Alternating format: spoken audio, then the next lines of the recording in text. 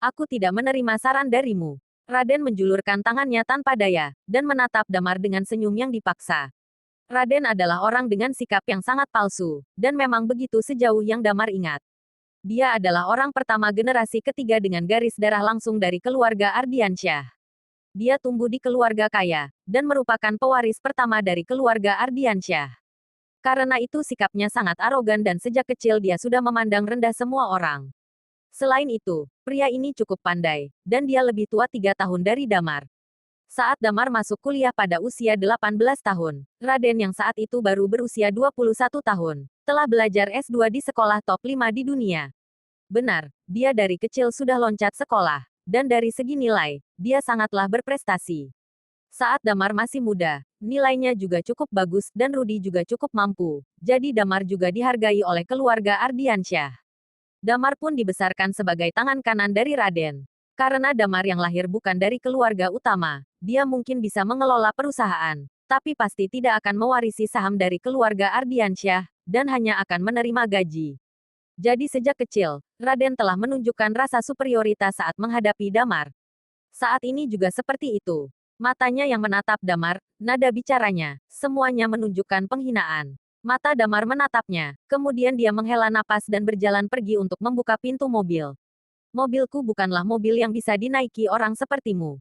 Raden menghadang di depan mobil, dan berkata dengan datar, tempatnya adalah di Gedung Glory. Kamu pergi sendiri saja dengan naik taksi.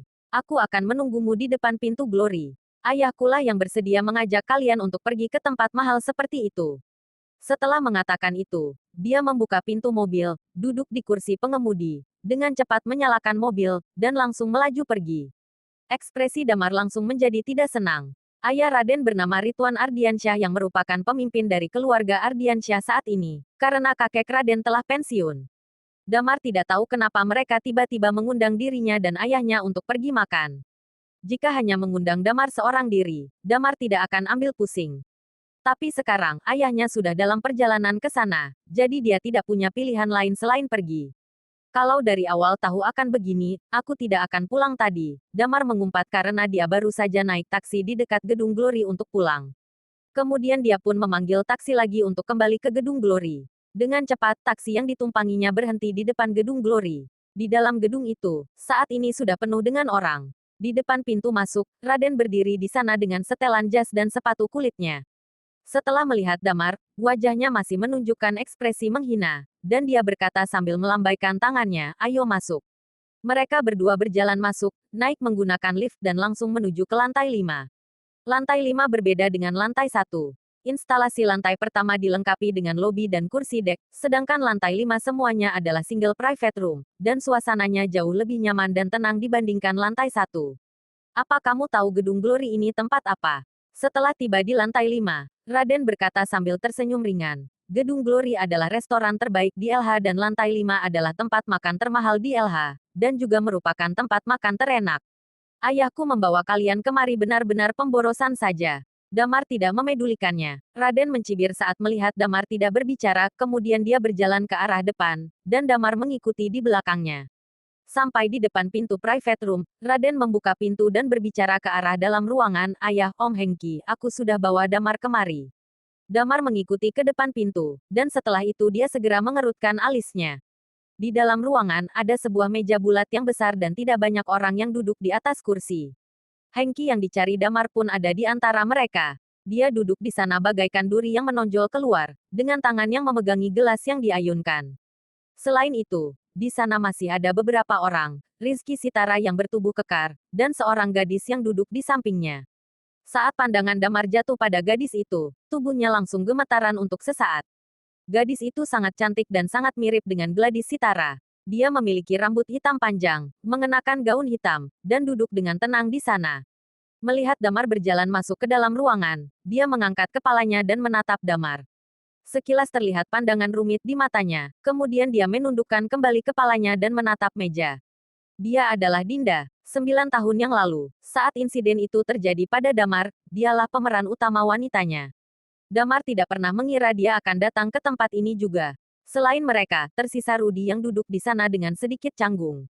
Ekspresinya tidak terlihat bagus, jelas bahwa sebelumnya, orang-orang ini berbicara tentang hal yang tidak nyaman untuk didengar. Damar sudah datang ya. Saat ini, Rituan yang tengah duduk langsung melambaikan tangannya. 9 tahun tidak bertemu, pasti sudah semakin dewasa. Cepat duduklah. Raden tertawa kecil, berjalan menghampiri sisi Damar, dan menarik kursi untuk duduk. Damar memandang semua orang sekilas, kemudian berkata pada Rudi, "Ayah, ayo pergi." Mendengar perkataan Damar, semua orang mengerutkan alisnya. Raden mendengus dan berkata, "Damar, kamu sudah besar kepala ya. Mengundangmu makan di sini adalah karena menghargaimu, jadi jangan kamu tidak tahu diuntung." Damar terlalu malas untuk memedulikannya. Saat itu, Rituan tertawa kecil dan berkata sambil melihat Rudi, "Rudi, pikirkanlah sendiri dengan baik-baik, untuk makanan ini masih mau makan atau tidak." Rudi mengerutkan keningnya dan berkata pada Damar, "Damar, kemari dan duduklah dulu." Ekspresi Damar berubah sedikit, dia menatap ayahnya, kemudian berjalan ke sampingnya dan menarik kursi untuk duduk. Di sampingnya, menampakkan senyum menghina dan berkata, "Kupikir kamu punya nyali, tapi bukankah sekarang kamu duduk juga dengan patuh?" "Raden, jaga bicaramu." Saat itu, Rituan membuka mulut untuk berbicara, kemudian menatap Damar sambil tersenyum. "Aku mengundang kamu dan ayahmu kali ini adalah untuk membicarakan 3 hal." Damar terdiam. Di sebelahnya, jelas bahwa Rudi telah mendengar hal itu, karena terlukis di wajahnya dengan samar. Rituan melanjutkan pembicaraannya. "Hal pertama adalah aku dengar setelah kamu kembali, kamu mulai menyelidiki tentang kejadian 9 tahun yang lalu lagi." Jantung Damar berdegup, seharusnya itu dilaporkan oleh Joni, hanya saja dia tidak menyangka bahwa Rituan akan mencarinya karena hal ini. "Memangnya kenapa kalau iya?" tanya Damar. Rituan tertawa, kemudian dia berkata pada Dinda yang ada di sebelahnya, 9 tahun yang lalu, insiden ini telah memberikan luka yang begitu besar pada Dinda. Dengan kamu menyelidiki tentang hal ini lagi sekarang, tidak diragukan lagi bahwa kamu sedang menaburkan garam pada lukanya. Karena sekarang kamu sudah keluar dari penjara, kita bicarakan saja hal ini dengan Dinda beserta keluarga Sitara. Aku sarankan juga untuk berhenti menyelidiki hal ini lagi." Damar tersenyum dengan terpaksa. "Maaf, aku tidak menerima saran darimu."